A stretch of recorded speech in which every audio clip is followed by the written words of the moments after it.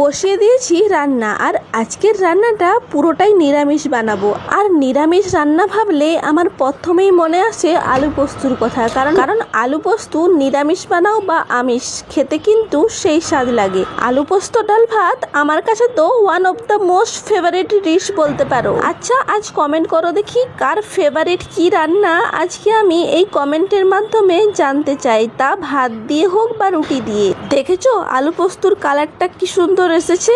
এর সঙ্গে আমি একটা টমেটো দিয়েছিলাম। এখন যখন এডিটিং করার সময় আমি আলু পোস্ত দেখছিলাম, আমার তো মনে হচ্ছিল ভাতের সঙ্গে খেয়ে ফেলি। আর এই গরমের দিনে ভাতের সঙ্গে টক দই মেখে তার সাথে আলু পোস্ত খেলে সে যে কি স্বাদ, সেই আর কি বলবো। দিনটা ছিল হনুমান জয়ন্তীর দিন। সেদিন সকালবেলায় রান্না বান্না সেরে স্নান করে গিয়েছিলাম মন্দিরে পুজো দিতে। মানে ওই সকালবেলায় এসেছিলাম প্রসাদগুলো দিতে, আর এখন পুজো হয়ে গেছে, এখন নিতে এসেছি।